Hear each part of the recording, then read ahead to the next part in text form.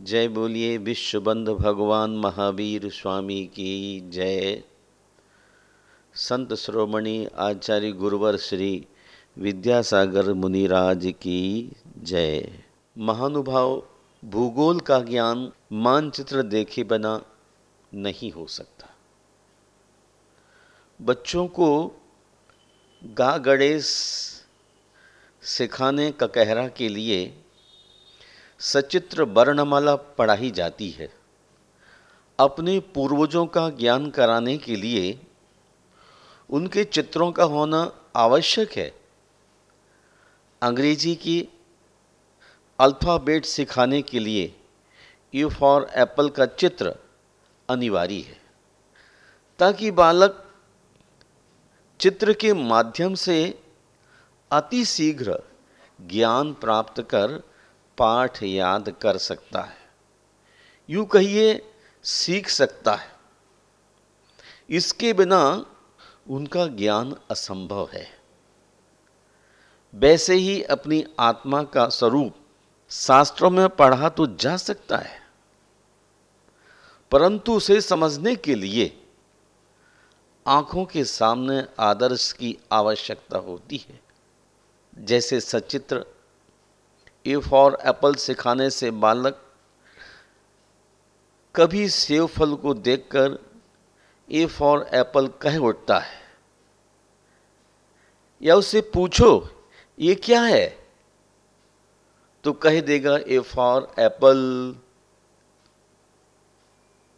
उसी प्रकार प्रतिमा, तीर्थंकरों की मूर्तियां ही अपने बीतराग स्वरूप का ज्ञान कराने में समर्थ होती हैं।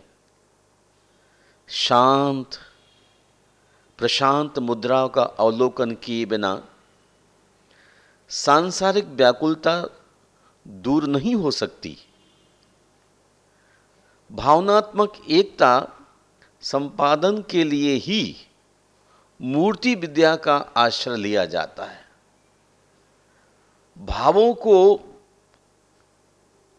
स्थूल से सूक्ष्म, द्रव्य से भाव की ओर लौटाना जीव के उद्धार का पथ है।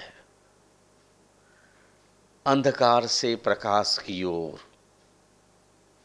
संसारांत के लिए रागादि क्लेश बासित चित्त का प्रक्षालन करने के लिए भक्ति जल समर्थ साधन है। श्रद्धा बिना भक्ति नहीं हुई।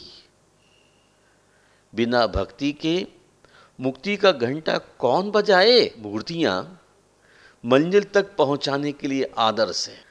लक्ष्य पर आंख बराबर बनी रहे, गंतव्य आंखों से ओझल न हो। साधना निर्विकार और निर्मद बनी रहे। इसकी उपकारक हैं ये हमारी मनोग मूर्तियां। खजुराहो की पार्श्वनाथ भगवान,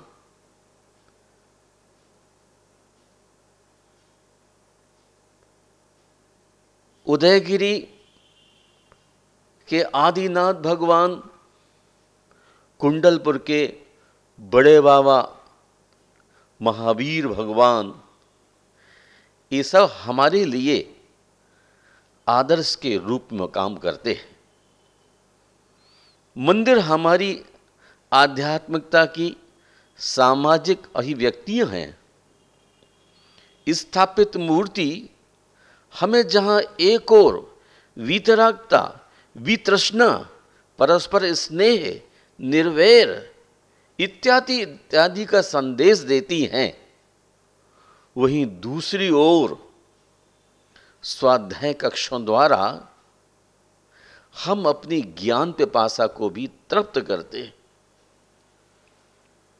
इसके अतिरिक्त जब हम किसी मंदिर के तत्वाधान में आयोजित समारोह अथवा उत्सव में शरीक होते हैं, तब हमारे भीतर सामाजिक सौहार्द उमड़ पड़ता है। समृद्ध होता है। सहयोग की अनगिनत संभावनाएं आकार लेने लगती हैं।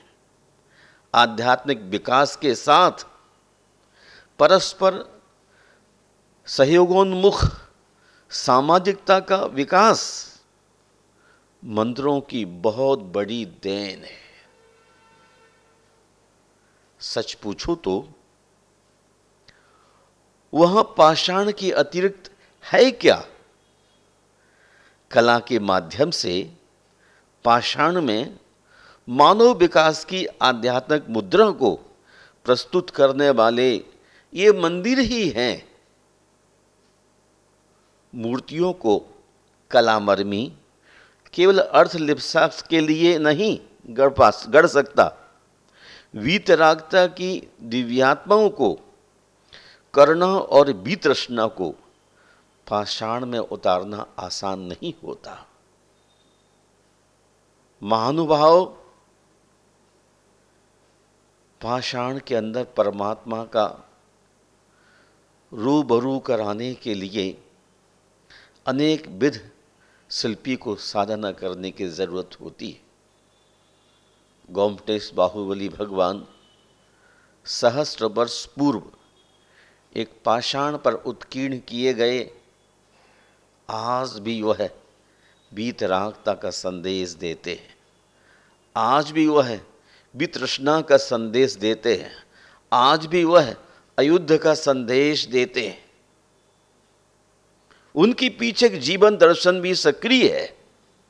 उन्होंने जीवन भर जो श्रेष्ठ से श्रेष्ठतर कार्य किए हैं, उन सब की अभिव्यक्ति उस मूर्ति के माध्यम से होने लग जाती है। मंदिरों को जैन दर्शन में, संस्कृति में चमत्कार स्थल नहीं माना गया, अपितु माना गया है आध्यात्मिक साधना के अंतिम आदर्श को समक्ष रखकर साधक अपनी साधना करे। निर्ग्रंथ वीतराग 18 दोष रहित देव के चरणों में साधक बैठ करके अपने बंद आत्मा के द्वारों को खोलने लग जाता है। निग्रंथ वीतराग संत के चरणों में यदि वीतराग भाव से कोई मन वचन काया की चेष्टाओं को रोक करके कुछ पल के लिए बैठ जाता है तो आत्मा का साक्षात्कार हो जाता है। और जब वही अरिहंतों का ध्यान करने लग जाता है तो है दिव्य अरिहंत हो जाता है। किंतु वही व्यक्ति पाषाण में यदि अरहंत की इदम एव पार्श्वनाथ, इदम एव अजितनाथ, आदिनाथ महावीर ऐसी जो कल्पना करने लग जाता है तो साक्षात उस पाषाण में महावीर का दर्शन होने लग जाता है। प्रथम तीर्थंकर ऋषभ देव का दर्शन होने लग जाता है।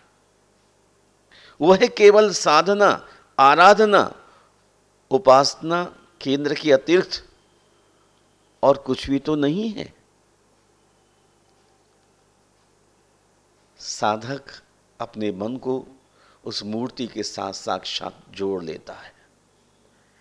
जैसे बीणा के तार जुड़ने के बाद अच्छा संगीत, मधुर संगीत देने लग जाता है।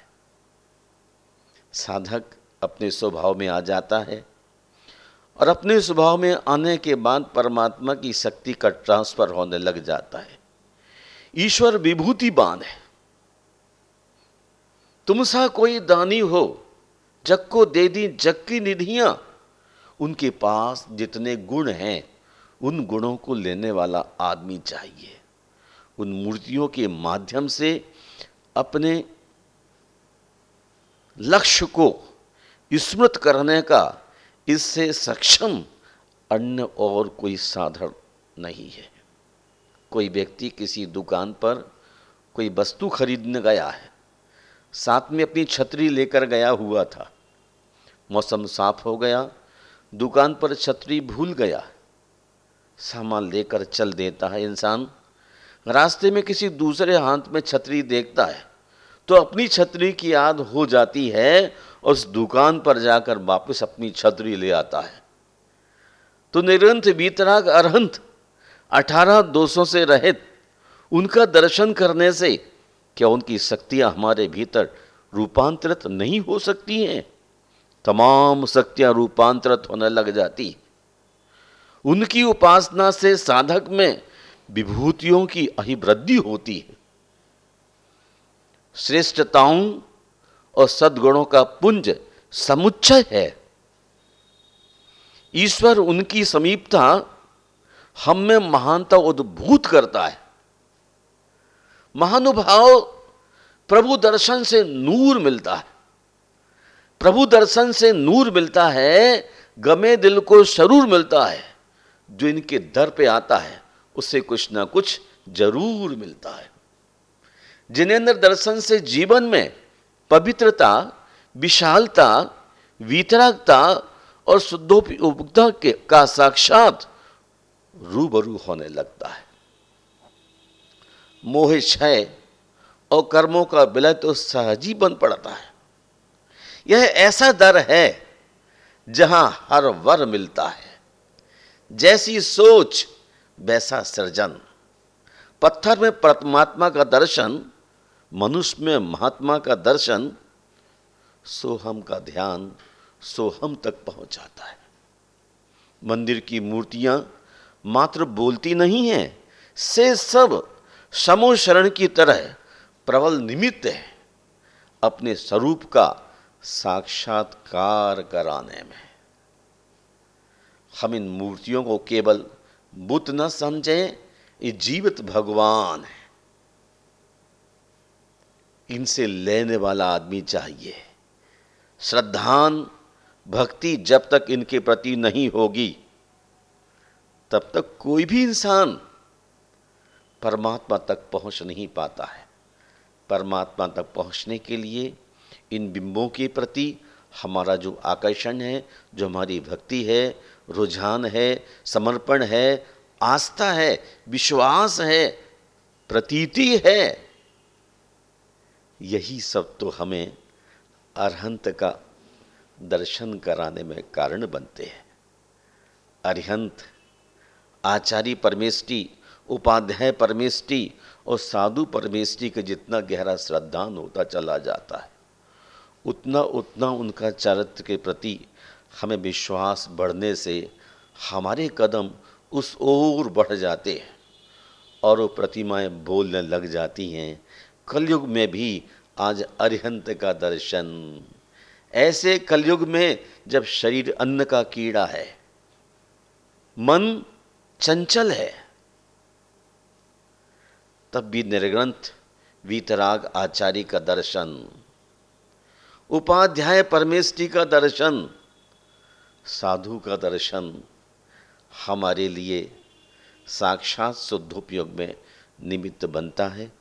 इसलिए बंधुओं, मैं आपसे कहना चाहता हूँ कि प्रारंभ में जैसे भूगोल को जानने के लिए मानचित्र को देखा जाता है, उसी प्रकार इन मूर्तियों को देख करके अपने आत्म भगवान का दर्शन होने लग जाता है। आइए अपने आत्म भगवान का दर्शन करने के लिए इन मूर्तियों पर श्रद्धान बनाइए। इन मूर्तियों के श्रद्धान से ही हम बहिरात्मा से अंतरात्मा और अंतरात्मा से परमात्मा होने की दिशा में बढ़ पड़ते हैं। यही है हमारा जीवन दर्शन, यही है महावीर का दर्शन। इसी मार्ग पर चलते हुए प्रतीकों के माध्यम से परमात्मा को पाइए। जय बोलिए विश्वबंधु भगवान महावीर स्वामी की जय।